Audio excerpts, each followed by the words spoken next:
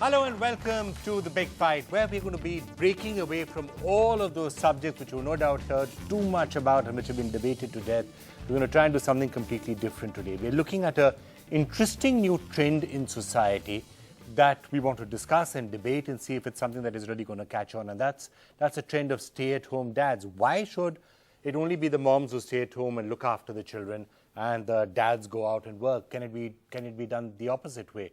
And if so, who's likely to have more problems with it? Society, the dad, the mom, the kids? How's it all going to work out? And by the way, this is a trend that is in many areas starting to catch on. So we've got a great panel joining us to take us through all aspects of this particular discussion. I'm going to start off by welcoming Khushbu, who's a well-known actor, mother of two girls, and thoroughly enjoyed bringing them up. We have Gautam John joining us from Bangalore, who's spent Gautam, what's it, 9 months looking after your baby girl Anushka, and you're very happy doing that, and you don't want to go. You want to continue being a stay-at-home dad. Is that am I summing it up correctly? Well, yeah, she's 9 months old, and I've been doing this 3 months now. But you're right about me not wanting to give this up. All right, fine. Well, Mohit Satyanand's with us also, financial analyst, been a stay-at-home dad, 16 years now? You gave up a really intense job and then decided to do things slightly differently. We're going to be asking you why you did so. Rahul Ishwar, wonderful to have you joining us again. Pooja Bedi, thanks a lot for being with us. I want to quickly go through the other guests and get all of your views in one by one. Dr. Amit Sen is joining us, who's going to take us through some of the psychiatric aspects of this. What does it actually do for child and adolescent psychiatry, which is an area which you have been specializing in at some length. Nandita Rao is joining us, who's an advocate and looked at a lot of international law. We'll be asking you what happens in other countries as well. And Swaroop Sarkar joins us again, spokesperson of the Save the Indian Family Foundation, who is firmly convinced that men in general are treated unfairly by society, and this may be another aspect of that. So before we get you to explain that, Gautam, why don't I actually start off with you?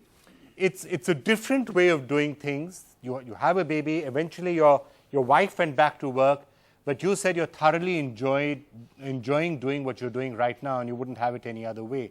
What are the sort of challenges that you faced? What are the questions you had to deal with? And have they been different or greater than what the normal stay-at-home mom would feel? And I use the word normal with inverted commas. Well, I think within my immediate friends and family circle, there has been nothing but encouragement and support for this. No surprise, no naysayers either. In the larger, universe in which I tend to wander around, yes, there have been questions asked about where is the mother, are you a single father? And it's been kind of awkward because I'm pretty sure no woman who's walking around with her child will be asked such questions. But on the whole, I think everyone has been incredibly supportive. People have reached out to ask what the journey's been like and what I could share with them. So yeah, it's been absolutely fabulous. In terms of learnings, I'm learning how exhausting it is looking after a child, even when you have the luxury of help. So you sometimes describe yourself as Anushka's slave. A lot more satisfying than being the slave of some boss somewhere? Certainly more rewarding. It's definitely more rewarding. I have to admit, I haven't yet had a boss who's asked me to clean up their throw up. So there is that. But with Anushka, I have to admit, there is nothing that has been a task too hard to do as yet. All right, great. Khushbu, let me get you in and get everyone else's take on this. What's wrong with this trend? Nothing wrong with this trend. I think it's just the individual's mindset which says father wants to stay at home is most welcome. And if a mother wants to stay at home, that's also fine. I think it depends between the couple as to how they decide to lead their lives and how they want to bring up their children. Okay, Rahul? Until last century, we believed in the idea of male supremacy. Then the paradigm of male-female equality came. Now we are moving into male-female individuality with equal respect. And let me categorically tell, science categorically establishes a difference between male and female brain. Whereas even after motherhood, a female brain grows to accommodate the need of the child. So the best thing would be stay at home mother and work outside home dad. So you're saying that biologically, and because of the way the human body is and the human brain is, you're saying biologically a dad can't be as effective in being a stay-at-home parent as a mother can be. Is that what you're saying? Can be a very effective parent. And what British Psychological Association and American Psychological Association says, there are 4 dimensions of difference: processing, chemistry, structure, and activity of human brain. Male and female brain are wired differently. For example, the female can understand the body language of a child better.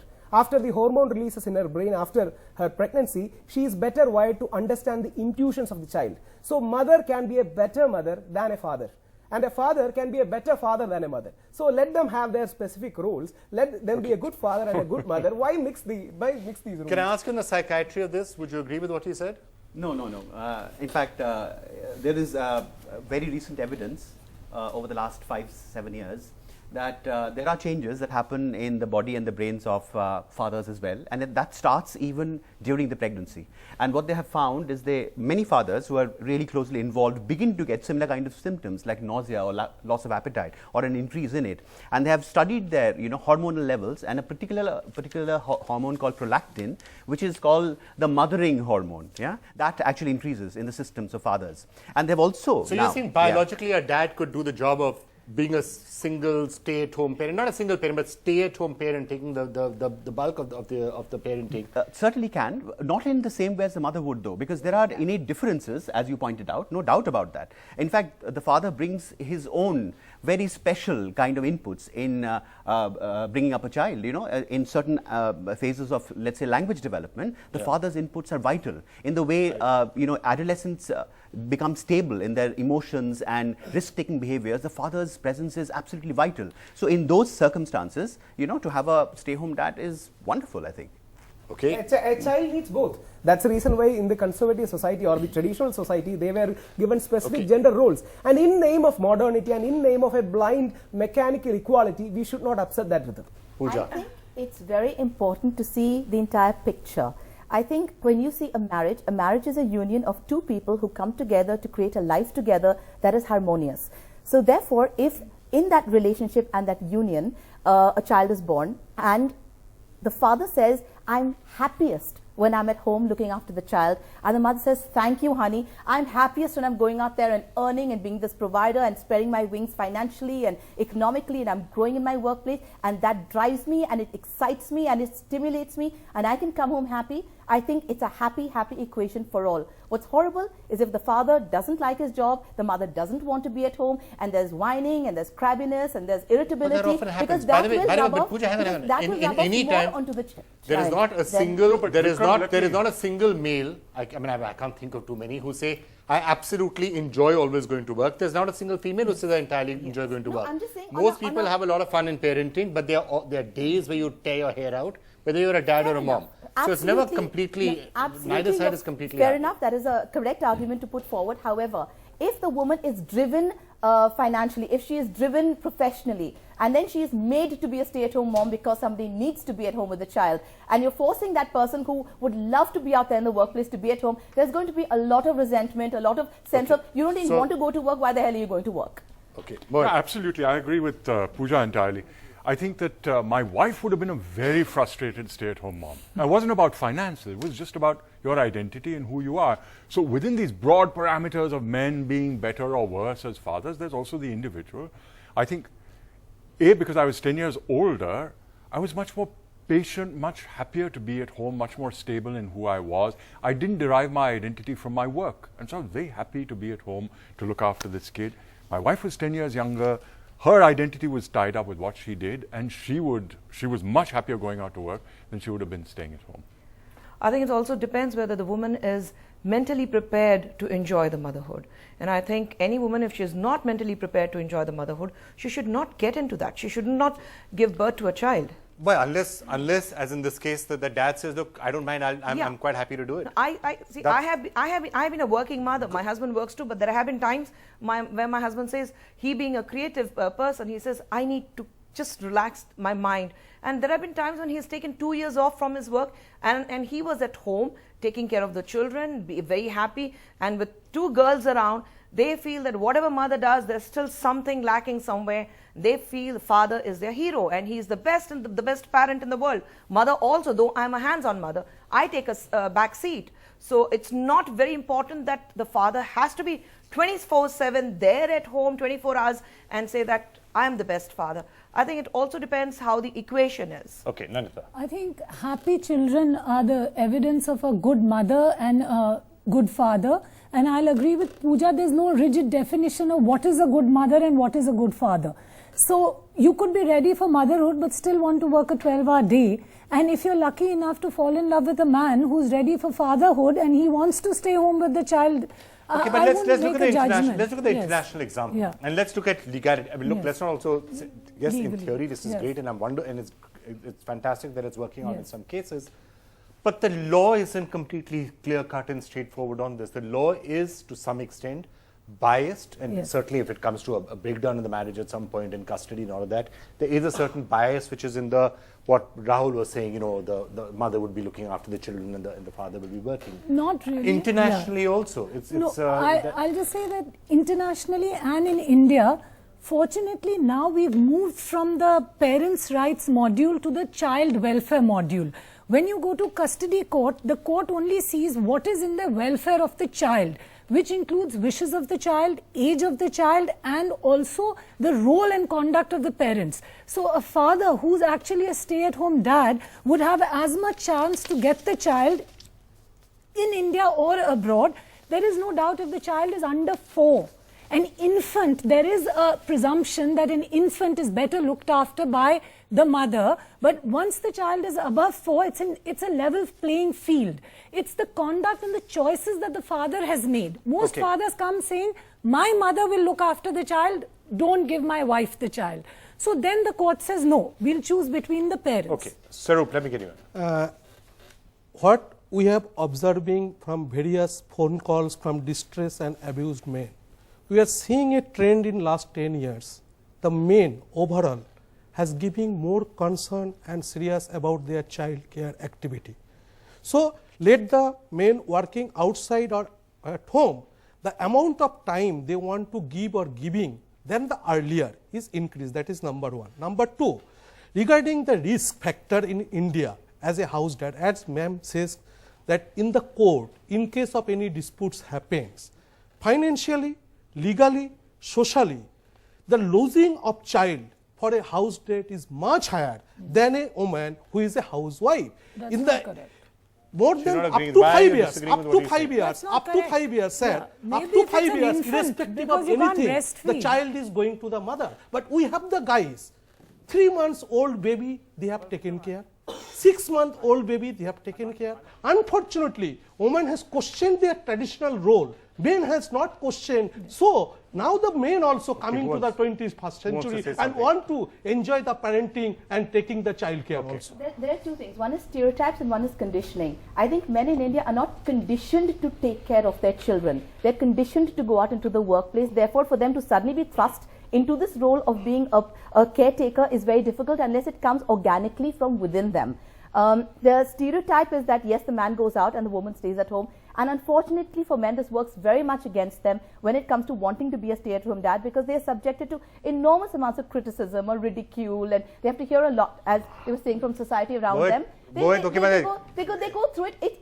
But let's ask him, did you go through it? And I'm going to ask Gautam that too. Ask him out about it, oh, so she Hey, wears the there's pants somebody of the over here. family. Excuse me. You don't have to ask somebody off. I haven't finished. Okay, so in general, men aren't even that allowed would to be the speak case. anymore. That's an age-old rule. Yeah, that's They right. didn't want to finish their point. Carry So, on. okay, so in general, a man would be subjected to criticism, a bit of ridicule. She's going out and earning the money. What are you doing sitting at home? It would be a general stereotype. Conditioning says that men aren't used to the concept of hugging a child, holding a child. It's always been come home, be a certain kind of. Wow. That's obscene. Even working dads spend a lot of their time every single day. No, 1 second. Quality in general, time. I've seen fathers are not comfortable physically with their children. Mothers are much more physically comfortable with their children. The hugging, the holding, the kissing, the caressing, and all of that. Just the opposite, Pooja. They wouldn't go to school without kissing their dad, and I asked for it. They said, nah, we gave it to dad, that's enough. Okay.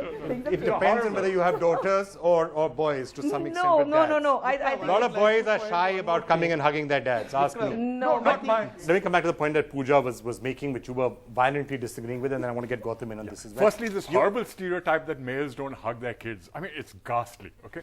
Secondly, as far hang on. Do not hug. No, let me finish.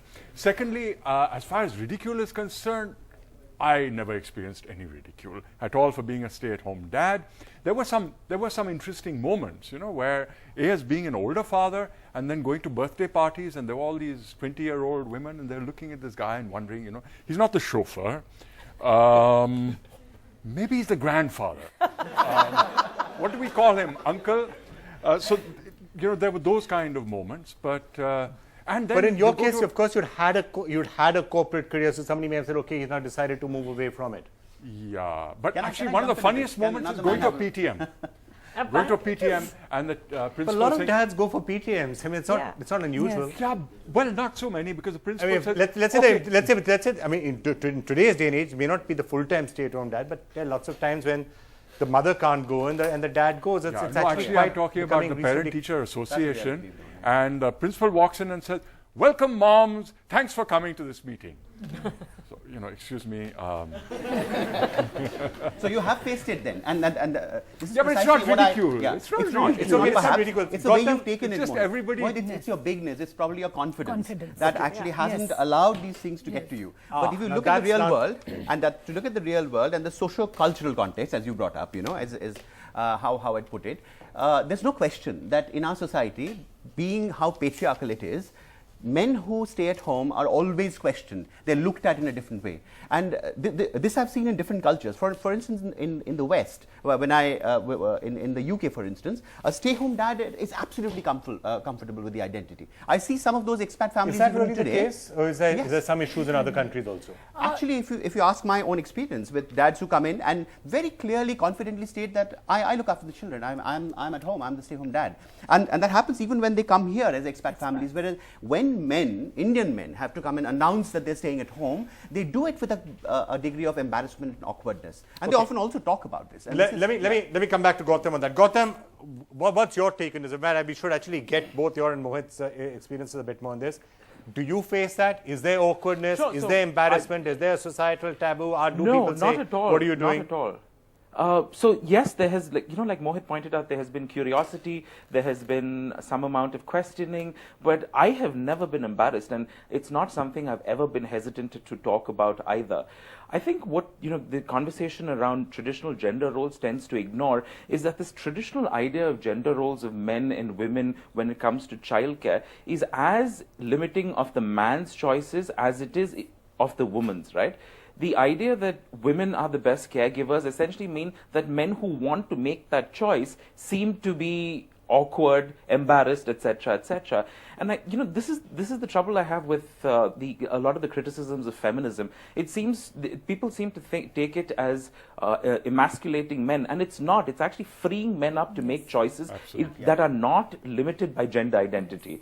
So yeah, I have never been embarrassed by this, not for a moment. In fact, it's a decision I'm more than happy to talk about at length. And if it helps other men make the same decision, it makes me very happy. But okay, talk to us about your colleagues. Talk to us about your family. Did somebody come and say, "Hey, what are you doing? Why are you giving up your career? Why are you doing this?" No. So like I said, within my friend circle, I am not the only stay-at-home father. I mean, we have other friends where their father is the primary caregiver. Among my colleagues, a lot of it has been incredibly supportive.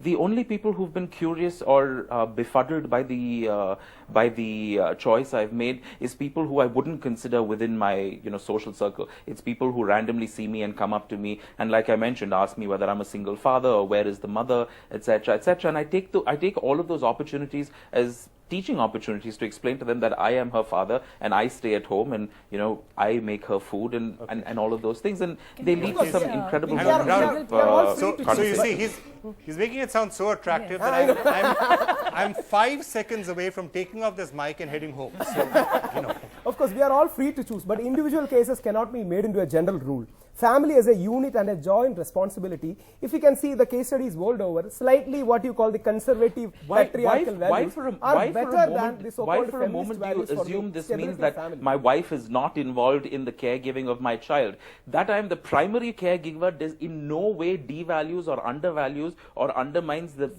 love, affection and role that my wife has in my daughter's upbringing. This is not an either or, right? Your family provider role has been changed. You have no saving, nothing like a housewife. You know, we seem to be. You have sufficient financial stability. Being a housewife is the biggest job.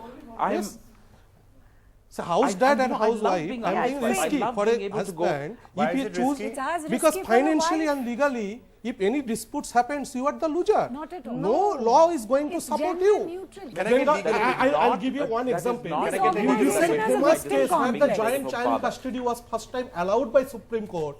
It was rejected first time with the excuse that no woman in your home. Sir, might I point out that this is the... One second, let's come into you in a sec. In India, we have personal law. So depending on what religion you belong to, your rights are determined. As far as Hindus are concerned, maintenance under the Hindu Marriage Act is gender neutral. Ma'am, CRPC 125 DB Act 498, a husband can file or not. Sarup, Tell me. let her answer. Let her answer. Okay. Hang on. So let me understand this correctly. So theoretically, if his point is that if it's a dad who's looking after the baby, and let's say there's to be some dispute, he will be entitled to financial security just as much as and maintenance. No. I've had a divorce where the woman paid CRPC the man 125 husband cannot file. 1 minute, but in Hindu Marriage Act you that can. That is after divorce, ma'am, not before divorce. Not before divorce, after divorce. CRPC 125 cannot file. If he get abused, domestic violence, he cannot file. Then let her answer. More risky. We've got your point. Because she is not coming on the point. I am asking simple. CRPC 125, Domestic Violence Act, 498 for a housewife, for a house dad, can use this.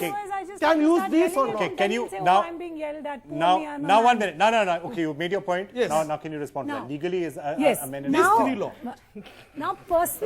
maintenance. 1 minute. Maintenance is determined by civil law. The Domestic Violence Act and 498A of the Indian Penal Code, 1 minute, and CRPC is actually for vagrancy.